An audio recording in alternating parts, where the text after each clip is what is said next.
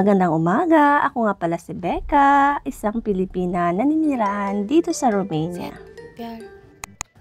Maaga nga ang alis namin kinabukasan, kaya niready na namin ang mga dadalhin namin nung gabi.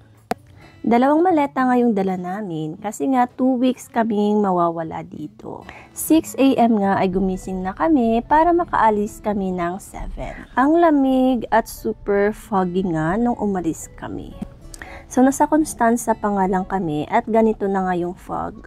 So, bago nga ang lahat ay dumaan nga muna kami dito sa McDonald's para sa kape.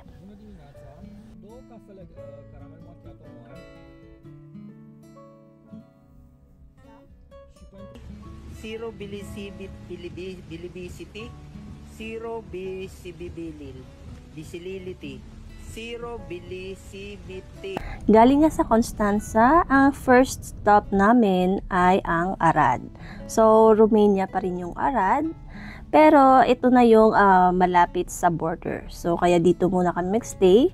At dahil nga medyo mahaba yung biyahe namin, so 7 AM kami umalis. And then, nakarating kami siguro mga 5 or 6 PM na. Marami kaming mga nadaanan na magagandang view. Kaso nga, dahil sa fog, ayan, hindi na ako nag-video pa ng iba.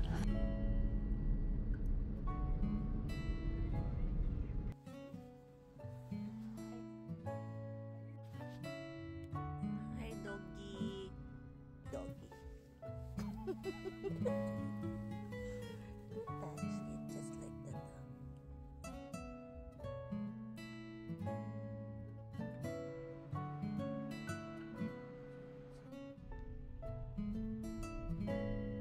At dahil nga maaga yung alis namin, hindi kami nag-prepare ng makakain. At nag-stop muna kami dito sa gasoline station para makakain.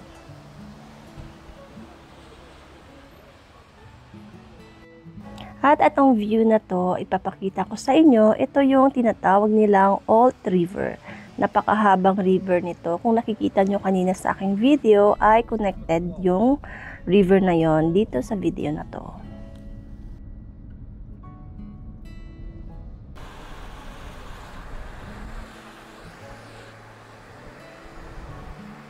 At ang main destination nga namin for this week ay Germany. So bago nga kami makarating doon ay may 2 stop pa kami. So first yung Arad, then yung next namin na stop ay Vienna. So next day makakarating din kami ng Vienna. And then nag-stop din kami for coffee at for toilet na rin. Sana ganito lahat ng toilet para hindi na ako magtagal kakapunas bago pa umupo. Kunting break muna at magkakape. At makapagpahinga, nakakapagod din kaya mag-drive. So, relax muna kami dito habang nagkakape, landi-landi konti, char. Okay lang yung maglandi, basta sa jowa, di ba?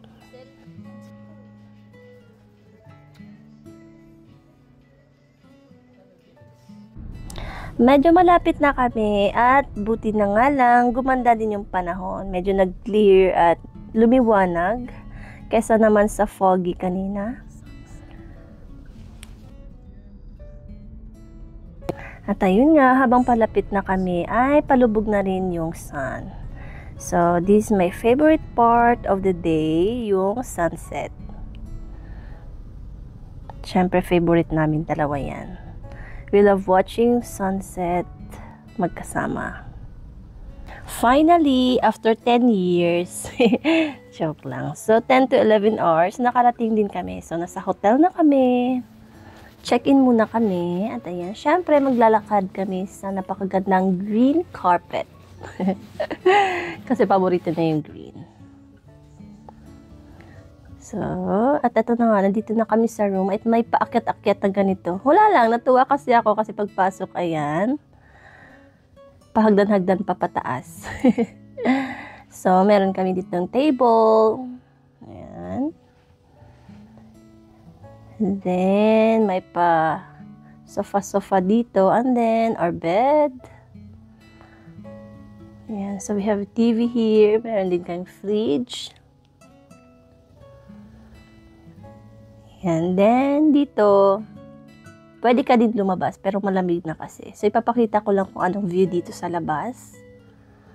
Oops, para hindi ko pa makita. Wait. So, na yun, hindi ko makita. So, ayun. Dahil madilim na nga, ay dito lang tayo, sisilip lang tayo kasi malamig. So, ganyan ang view dyan sa taas.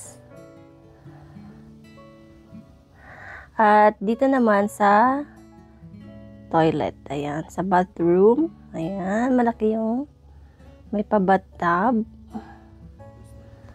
And then, after nga, ay pumunta na rin kami ng restaurant kasi kailangan namin mag-dinner. And then, kumuha kami nito. Try namin yung, coffee na may alak. So, first time ko siyang i-try. Masarap naman. And then, nag-dinner lang kami. And then, the next day, ayan, ito yung pa-breakfast nila dito sa hotel. Dahil may kasama naman siyang breakfast.